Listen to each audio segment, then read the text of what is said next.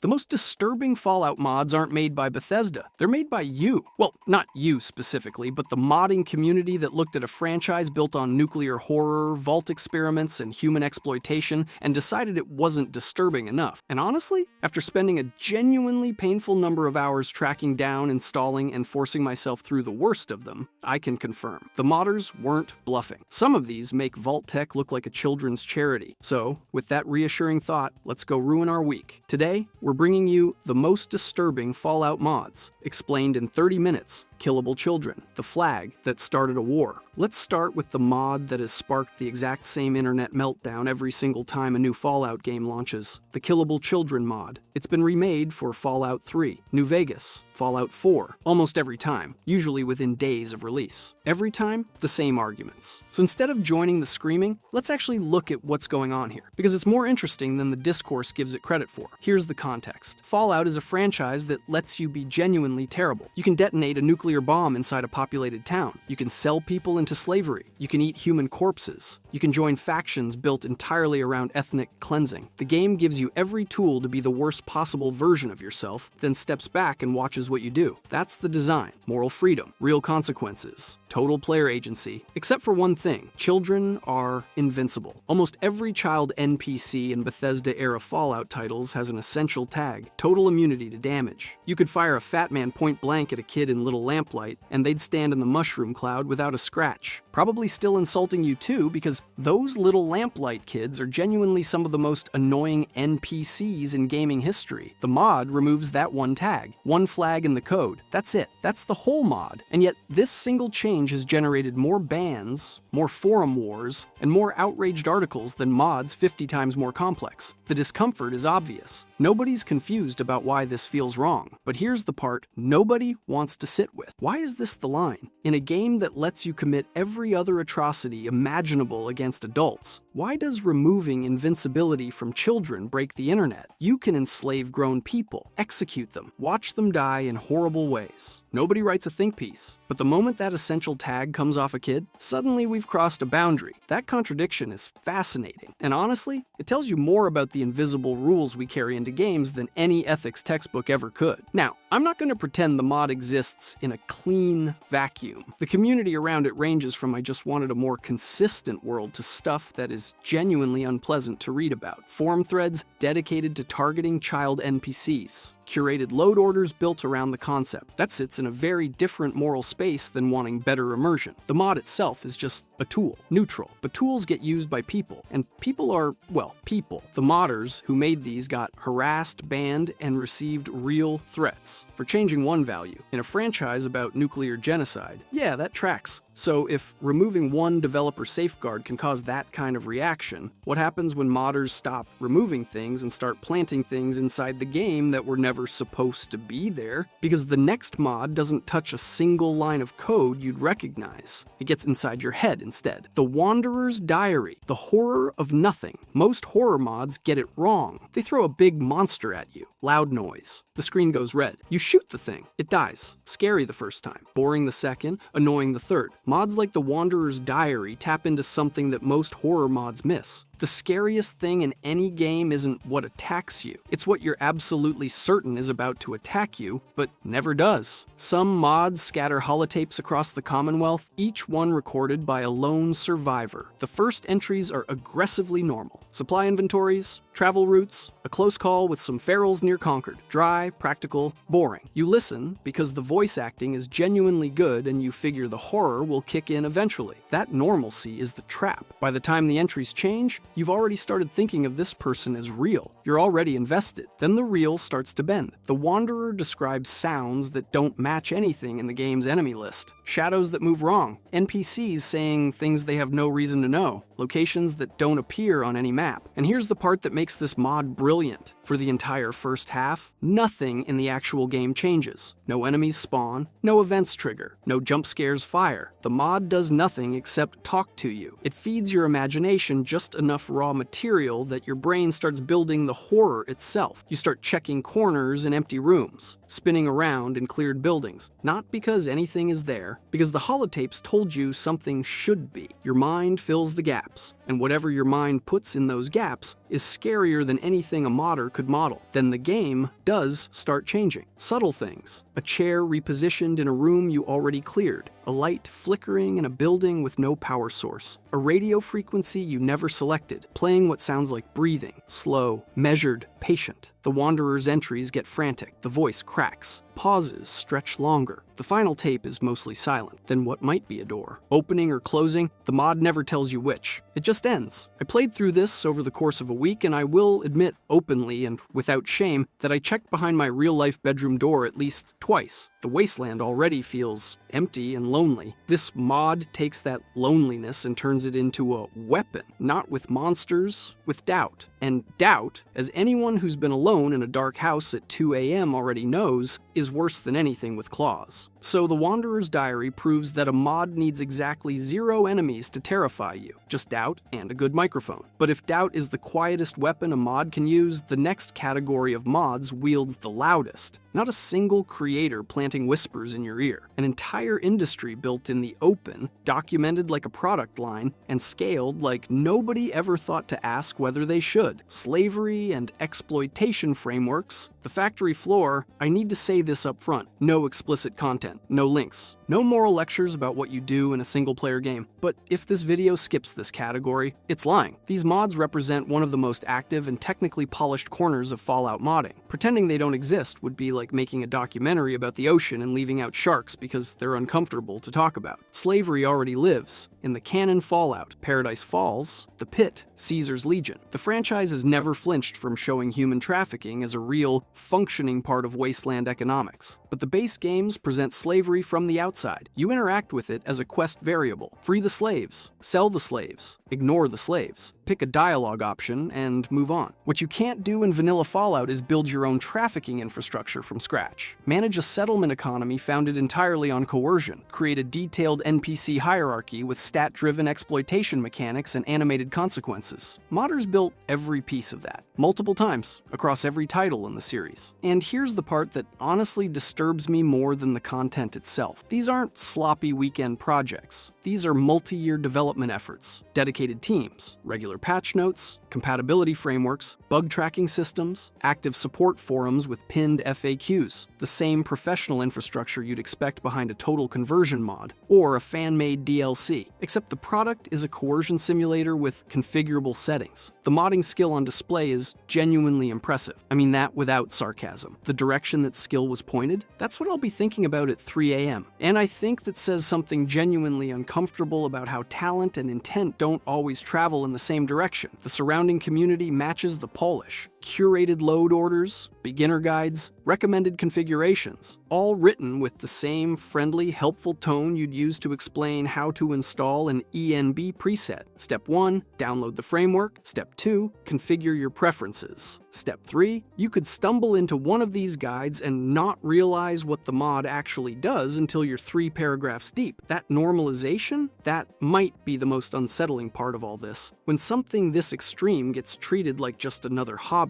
documented and supported and pinned to a FAQ, you have to ask a question. Did this ecosystem ever have guardrails? Or did everyone just assume it wouldn't need them? Yeah, that assumption worked out really well. These mods reveal what creative freedom looks like when it meets unlimited technical skill and 0 external accountability. And if you think that's just an internet problem, think about it for a second. The same pipeline that produces gorgeous landscape overhauls and lore-friendly quest expansions also produces this. Same tools, same community, same hosting sites. The only difference is what someone decided to build. That realization should probably bother you more than the mods themselves. But if that combination produces disturbing content at scale, the next mod proves that a single creator working alone can produce something far harder to shake. Not because of what it shows, because of what it doesn't. Vault Basement, the room that doesn't reward you. Some mods disturb you by being graphic. Mods like Vault Basement disturb you by being specific, not high-resolution gore specific. Specific in the way that makes you wonder whether the creator researched this extensively or understood it intuitively. And honestly, either answer is unsettling. The mod adds a hidden space beneath a Commonwealth settlement. No quest marker points you there. No NPC mentions it. You find it through exploration, section, which is already doing something intentional. This isn't content the game delivers to you. It's content you choose to seek out. And that choice matters, because everything that follows is on you. Inside, there are no enemies, no loot worth picking up, no combat encounters of any kind.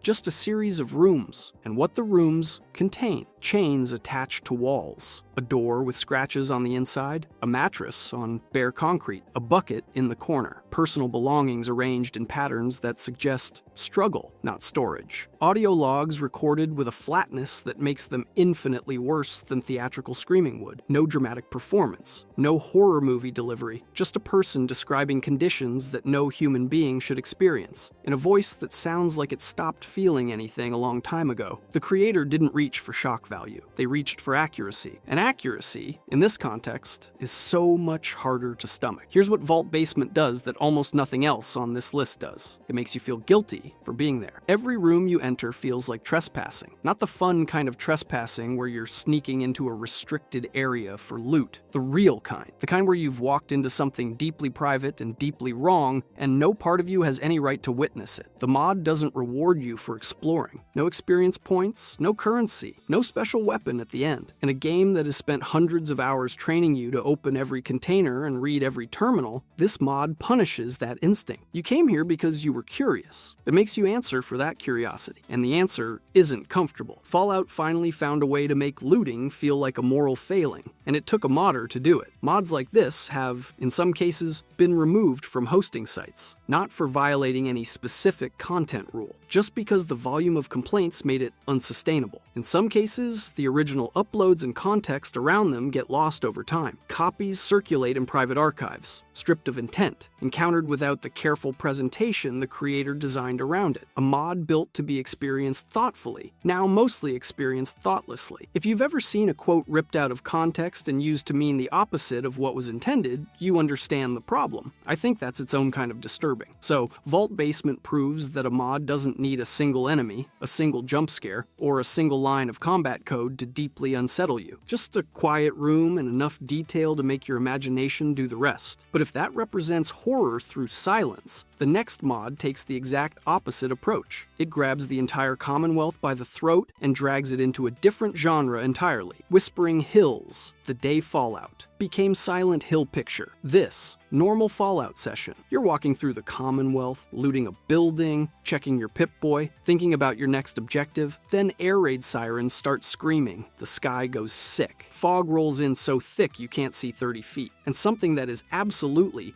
definitely not a feral ghoul begins moving toward you through the haze. Welcome to Whispering Hills. And I'm not exaggerating when I say it might be one of the most effective horror mods ever built for any game. The mod takes Silent Hill's psychological horror framework and bolts it directly onto Fallout 4's open world. Fog transitions strike without warning. Visibility drops to nothing. The ambient soundscape shifts to industrial drones and distant noises that you can't identify but absolutely cannot stop listening for. Then the creatures appear. Nurses, Pyramid Head, the skinless dogs, plus original monsters designed specifically for this mod, animated with a quality level that has no business being this good for something a team made for free. But the creatures aren't why this mod works. The sirens are. If you've ever played Silent Hill, that sound does something to you that logic can't override. It's not learned fear. It's a conditioned dread Pavlovian. Instant. The mod knows this, and it uses the sirens sparingly on purpose. Sometimes hours of gameplay pass between fog events. You never acclimate. You never relax. You never think, oh, the fog already happened today, I'm safe. You just know it's coming. You don't know when. And that low-level anxiety buzzing underneath every single thing you do in the game is more effective than any individual creature encounter. It's like knowing there's a spider somewhere in your bedroom, but having no idea where. Except the spider is Pyramid Head, and the bedroom is all of Boston. The sanity system drives it even further. Fog exposure and creature encounters chip away at your character's mental stability over time. As sanity drops, things get unreliable. Screen warping, whispers that don't attach to any NPC, Pip-Boy display errors. At the lowest levels, you see shadow figures at the periphery of your vision. Radio transmissions address your character by name, and you start questioning every single thing you see in the game because the mod has trained you to doubt your own screen. That's horror design at its best, not showing you scary things, making you unable to trust what you're seeing at all. So, Whispering Hills takes Fallout 4 and transforms its entire identity. Power fantasy becomes powerlessness. But if replacing the game's genre disturbs you, the next mod does something simpler, and somehow worse. It takes something already sitting in vanilla Fallout, something you've walked past hundreds of times without flinching, and removes the one invisible layer that kept it tolerable. Feral ghoul overhauls. Too human to shoot. Here's a question. When was the last time a feral ghoul actually scared you? Not startled you, scared you. Because vanilla ghouls stop being frightening after about encounter number 15. They run at you. You shoot them. They are ragdolls. You loot. Repeat. Horror becomes routine. Routine becomes boring. Modders looked at that boredom and decided the problem wasn't that ghouls were too weak. The problem was that ghouls weren't human enough. Behavior overhauls came first. Mods like Zombie Walkers and the Feral Ghoul expansion pack rewrote how ghouls think. Not just more health, more damage, actually different behavior. Ferals that stalk you instead of charging. Packs with rolls. Faster alphas that flank, slower ones that herd you into dead ends. Some play dead until you walk past, then grab your ankle. One mod adds ghouls that crawl along ceilings in metro tunnels and drop behind you while you're focused on the ones ahead. Fantastic design work. Absolutely terrible for my cardiovascular health, but behavior changes aren't the disturbing part. Presentation changes are. Some modders replace the standard ghoul model with something more decomposed, more detailed, and critically, more recognizably human. Face is half gone, but still clearly a person's face. You look at these ghouls and you don't see a monster. You see someone who used to be someone. That alone is uncomfortable. Then the sound design mods come in and take you uncomfortably to a place you don't want to go. One mod replaces the standard feral growl with distorted, garbled speech, like the ghoul is trying to say something, trying to form words, failing. Another mod adds crying. Not monster noises, human crying. Quiet, broken, unmistakable human crying. The kind of sound that makes you hesitate before pulling the trigger.